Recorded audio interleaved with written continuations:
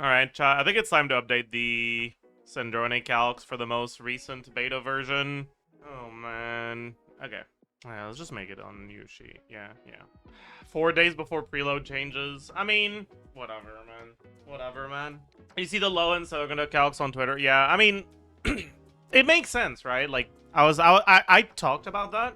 If you have an electro unit that doesn't interfere with melt too much, Lohen has enough cryo to, like, still allow you to melt. So you get to play melt and stellar conduct. The only problem is, like, right now you're missing a connecting unit that, like, has shred to all elements and enables stellar conduct. Or a Yai replacement that enables stellar conduct. Anyways, so, okay, let's figure out the stacks that we should be at on this team. We should pretty safely be at like 10, 11, maybe even 12 average on this team, right? Probably not 12 average, probably 11 average. Brings the team to 130. This was a burst every rotation. Do you know how it works? So apparently it's one stack from app and one stack from every 3 hits, but there's a cooldown on getting the stacks or on hits registering. But cooldown after every hit or every 3 hits? I think it's every 3 hits, but I'm not sure. I was like getting 140k with the exact same teas. I mean, if you're just a little bit more generous with rotation length, we're basically at 140k, right? This isn't a team that's gated by cooldown, it's a team that's gated by animation length and execution, which means that depending on how generous you are in your assumptions, it's going to change the outcome quite a bit. Isn't Tidal Shadow better than Mailed Flower? Depends on the team. In this one, I don't believe so. But they're always, like, pretty close. Oh, in this one it is, by fucking less than 1%, 0.5%. I guess we don't have a lot of attack buffs. We don't have EM buffs, but we also don't have attack buffs, so they're basically the same. But yeah, maybe I'm being too pessimistic with a 20-second rotation length here, honestly. I don't know, though. Like, teams like these are always really weird, because, like, just having 100 ping increases your rotation length by half a second. Just from the ping. But yeah, I don't know. I am curious what rotation length Flip was assuming.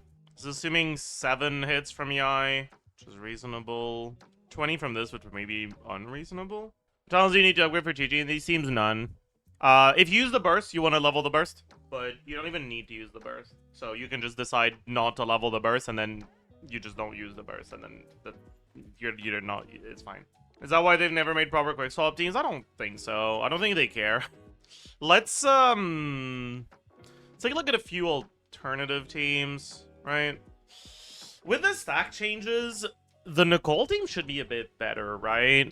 Like, some of your Qiqi and Escoffier stacks would overlap, and, like, you're not gonna get the stacks from the second one because it just overlaps on the timing. Why is this gonna be here? Isn't she for freeze? Because our options are pretty ass, and these teams don't have access to any shred. Escoffier's personal damage is at 15k here, which is, like, a little bit. It's fine, whatever. And she's giving you a little bit of shred. And she's giving you stacks, so she's, like, fine. When Instructor Shilona would be the same as Escoffier. You don't have personal damage from that, and you have less crowd resonance uptime. It's, like, fine. Oh, another thing. Is it still the case that Yai hits on the second... that Yai's stellar damage is on the second hit of each wave?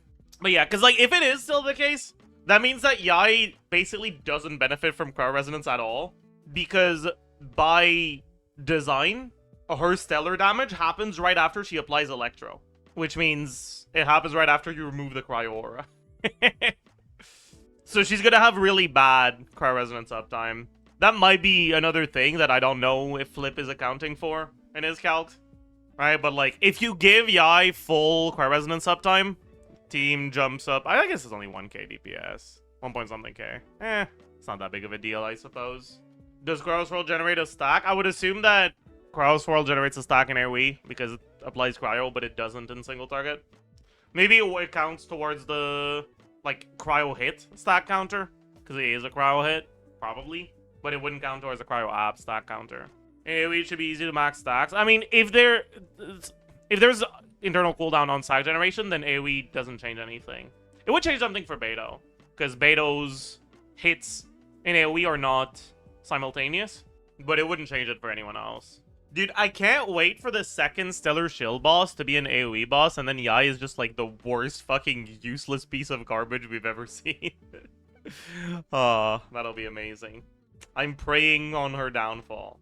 Okay, Clarivia Officiate, get the fuck out of my head, actually. Stop making the same jokes as me at the same time as me. Wasn't Yai an AoE unit because she applies more Electro than in single target? I mean, her damage is single target though. And that's the main thing she's providing to this team. Okay, what the fuck should my stack assumptions be for the Nicole team, actually? I put this in here a while back, but like, I don't know. Are we assuming 6? It's not gonna be 6. Is 10 reasonable? I don't know, man. I don't know. Maybe it's reasonable. It was like 8? Okay, but like, why is everyone and their mother saying that Sandrone is 140k DPS now? Are we just making things up? Because 8 stacks would not be anywhere remotely close to 140k. Yeah, like, I saw this one, and I was like, that's pretty high. Why is that so high? No, I guess this one is, like, not that far, right? Because if I go to 19.5 as well, I have a 134, 135, which is, like, close enough to be an assumption difference, right? And, like, if we just assume 12 stacks, we're almost there. Yeah, I don't think 19.5. Honestly, I think 20 might be optimistic on a burst every rotation team, but I don't know. Maybe it's not. Yeah, and like, yeah, I don't know. My footage was 18 with Sandrone burst. 3 charge attacks, Sandrone burst, 18 seconds. Main difference I see is that others are getting 790 to 850 KDPR with C1. Yeah, I mean, I have 740 here. This one's probably supposed to be higher. It was lower previously because of different assumptions. Yeah. Holy rounding, sure. I'm a rounder. They call me Zajef Circle. How good is Diona compared to Qiqi or Nicole here? I'm not sure. In my calcs, I have her pretty close, but I'm not, like, confident at all. I love the 0.5 rotation accuracy. Like, it's never gonna be that precise. I mean, the thing is, like, it often is gonna be that precise. Like, there's a lot of teams where what gates you is an ability's cooldown. And, like, most of the time in practice, you swap back and there's, like, point-something seconds of cooldown left on that ability. And when that's the case, that ability's cooldown is just your rotation length. But when it's, like, execution, I don't know, it gets weird. What about a 2 charge attack, 16-second rotation? You don't really want to do that. There's no upside to swapping out before your buffs are over, right? Like, let's just... very straightforward explain why, right? Let's say that while you're on field, you do 200k DPS, and while you're off field, you do like 50k. Because you still have like Yai going or whatever, sure. And when you're not buffed, and you're off field, you do like 30k. So what would be better between, let's say your setup takes 5 seconds, and your uptime on your buffs is 15 seconds? What's better between spending 10 seconds at this, and then 5 seconds at this, versus 15 seconds at this, and then 5 seconds at this? So, this times 10, plus this times 5, this times 15, plus this times 5. Sorry, I hit my mic, my bad. The main reason why you swap off, there's 2 main reasons why you might want to swap off earlier than you have to on characters that can stay on field longer. 1, because your main carry has an ability that has a cooldown, and that's like the main thing you care about, is having that cooldown, using that ability off cooldown. Sandrone's burst is good, but not good enough to justify something like that. And then if you spend less time on Sandrone, you'll also need to build more ER if you want to burst every rotation. The second reason is because your buffs expire. But in these teams, the buffs don't actually expire that early, so there's no reason to swap off until your buffs are gone. Or even updating our calcs, Stellar will be changed on launch patch again anyways.